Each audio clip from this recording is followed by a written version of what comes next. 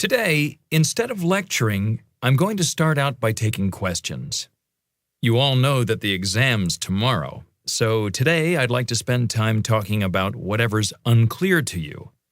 Yes, Anne, what's your question?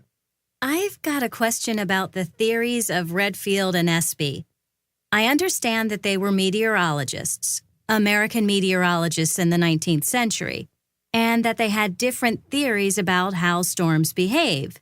But I'm not quite sure I really understand the two theories. Could you explain them again?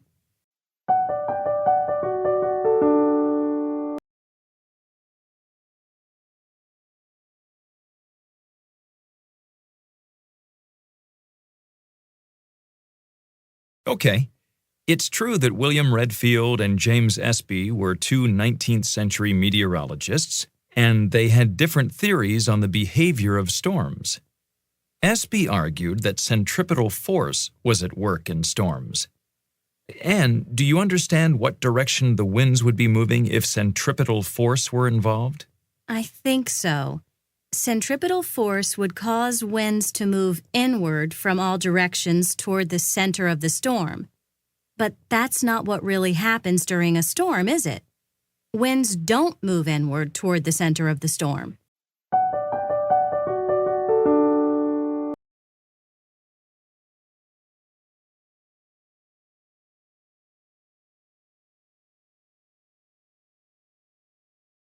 That's right, Anne.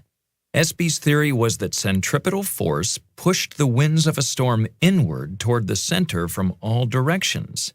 But this theory hasn't proven very accurate. Now, the other meteorologist was Redfield. Did Redfield agree or disagree with Espy? I know that Redfield disagreed with Espy, but I'm not quite sure how. Can someone else explain what Redfield believed? What about you, Chris?